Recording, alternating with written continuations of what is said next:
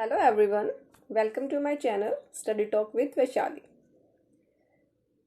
So students, आज का जो हमारा टॉपिक है वो है modes and dimensions of international trade. ठीक है, UGC net commerce and management के लिए बहुत इंपॉर्टेंट टॉपिक है ये. इंटरनेशनल बिजनेस से उसमें modes and dimensions of international trade आज हम करेंगे. सो देखिए, सबसे पहले मीनिंग इंटरनेशनल बिजनेस का. Business activities done across national border is in international business. क्या है इंटरनेशनल बिजनेस? क्या है जिसके अंदर बिजनेस एक्टिविटीज जो है वो नेशनल बॉर्डर्स को क्रॉस करके की जाती है. ठीक है, cross border activity international business के अंदर की जाती है, जिसके अंदर एक नेशन दूसरे नेशन के साथ अपनी जो डोमेस्टिक बाउंड्रीज हैं, जो नेशनल बाउंड्रीज हैं, उनको क्रॉस करके ग्लोबल लेवल के ऊपर जब एक्सपोर्ट एंड इंपोर्ट किया जाता है, ठीक है, गुड्स एंड सर्विसेज से रिलेटेड परचेजिंग एंड सेलिंग की जाती है, बिजनेस एक्टिविटीज की जाती है, तो उसे हम इंटरनेशनल बिजनेस कहते हैं. Business activities done across national border is international business. कि जब बिजनेस एक्टिविटीज नेशनल बॉर्डर को क्रॉस करके की जाती है तो वह इंटरनेशनल बिजनेस होता है. The international business is the purchasing and selling of the goods and services outside its national borders. अपने नेशनल बॉर्डर से बाहर जब हम गुड्स एंड सर्विसेज की परचेजिंग एंड सेलिंग करते हैं, ठीक है, तो वो इंटरनेशनल बिजनेस के अंदर आ जाएगी. Such trade modes might be own by state और प्राइवेटली ओन ऑर्गेनाइजेशन.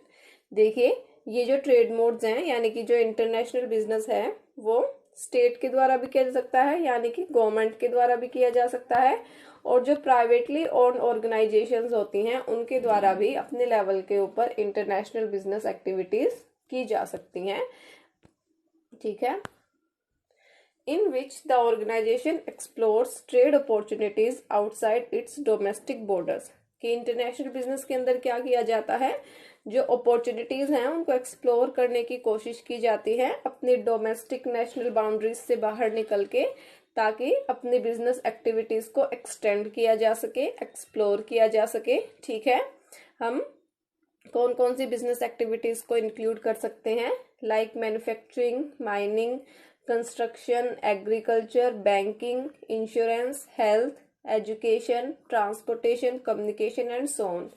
यानी कि आप ब्रीफ में क्या कह सकते हैं कि हम हर एक एक्टिविटी के अंदर इंटरनेशनल बिजनेस कर सकते हैं. ठीक है, इंटरनेशनल बिजनेस के अंदर, इंटरनेशनल ट्रेड के अंदर हर एक एक्टिविटी को इंक्लूड किया जा सकता है, जिसमें प्राइवेटली ओन कंपनी भी इंटरनेशनल बिजनेस कर सकती हैं और गवर्नमेंट भी अपने लेवल के ऊपर इंटरनेशनल बिजनेस कर सकती है. अब आगे देखिए, modes and dimensions of international business. There are three modes of international business. First is trade mode, second one is contractual entry mode, and third one is investment mode. तो आज के lecture में हम ट्रेड मोड को discuss करेंगे. ठीक है, first one is trade mode, जिसके अंदर इंक्लूड किया जाता है डायरेक्ट एक्सपोर्ट को, इनडायरेक्ट एक्सपोर्ट को एंड काउंटर ट्रेड को. अब देखिए, जैसे कि आपको मीनिंग नाम से ही पता लग रहा है, डायरेक्ट एक्सपोर्ट जिसके अंदर डायरेक्ट एक्सपोर्टिंग की जाएगी, है ना. इनडायरेक्ट एक्सपोर्ट जिसके अंदर हम एजेंट्स को इंक्लूड करेंगे, एंड काउंटर. देखिए स्टूडेंट्स, इसमें क्या है, डायरेक्ट एक्सपोर्ट के अंदर प्रोड्यूसर है एंड इम्पोर्टर है. ठीक है, प्रोड्यूसर के द्वारा डायरेक्टली इम्पोर्टर तक माल पहुंचाया जाएगा. ठीक है, मान लीजिए ये फॉरेन कंट्री है और ये इंडिया है, यहाँ पर ये एक्सपोर्टर है एंड इंडिया इंपोर्टर है. अब एक्सपोर्टर के द्वारा डायरेक्टली इंपोर्टर तक माल पहुंचाया जा रहा है. ठीक है, बीच में किसी भी टाइप के एजेंट का यूज यहाँ पर नहीं किया जा रहा, एजेंट का रोल नहीं है डायरेक्ट एक्सपोर्ट के अंदर. डायरेक्टली एक्सपोर्टर इंपोर्टर तक अपनी गुड्स एंड सर्विसेज पहुंचा रहा है. एक्सपोर्ट, इनडायरेक्ट एक्सपोर्ट में क्या होता है कि प्रोड्यूसर के द्वारा डायरेक्टली गुड्स को इंपोर्टर तक नहीं पहुंचाया जाता, बल्कि हम बीच में एजेंट्स का यूज करते हैं. ठीक है, जिसके अंदर एक्सपोर्ट एजेंट या फिर फॉरेन एजेंट्स को इंक्लूड किया जा सकता है. अब इसमें देखिए, प्रोड्यूसर एक्सपोर्टर तक पहले अपने माल को पहुंचा रहे हैं, या फिर इंपोर्टर की जो सब्सिडरी हैं अदर नेशंस में सब्सिडरी ऑफ इम्पोर्टर उन तक माल को पहुंचाया जा रहा है।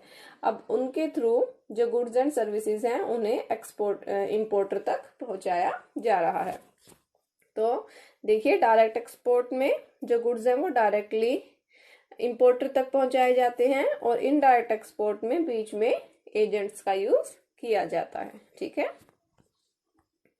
अब देखिए direct export. In direct exporting, parent company directly sell the products to end users through its own agent. ठीक है, इसमें ये अपने खुद के एजेंट्स के द्वारा डायरेक्टली कंज्यूमर तक, एंड यूजर तक उस प्रोडक्ट को पहुंचाते हैं।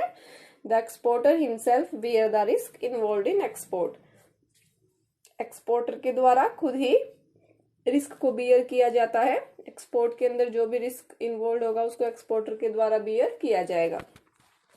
देखिए स्टूडेंट्स, जो डायरेक्ट एक्सपोर्टिंग होती है वो किन गुड्स में की जाती है? जो कस्टमाइज्ड प्रोडक्ट होते हैं, ऑन डिमांड बनवाए जाते हैं, या फिर इंडस्ट्रियल गुड्स होते हैं, वेरी कॉस्टली गुड्स होते हैं। ठीक है, तो इस टाइप के गुड्स में डायरेक्ट एक्सपोर्टिंग की जाती है। मान लीजिए इंडस्ट्रियल गुड्स हैं, किसी इंडस्ट्री के द्वारा स्पेशल डिमांड पे स्पेशलाइज्ड प्रोडक्ट तैयार करवाए गए हैं, तो इस टाइप के जो प्रोडक्ट जो ऑन डिमांड तैयार करवाए जाते हैं वो डायरेक्टली एक्सपोर्टर के द्वारा इंपोर्टर तक पहुंचाए जाते हैं। उसमें बीच में एजेंट्स का यूज नहीं किया जाता। अब देखिए इनडायरेक्ट एक्सपोर्ट।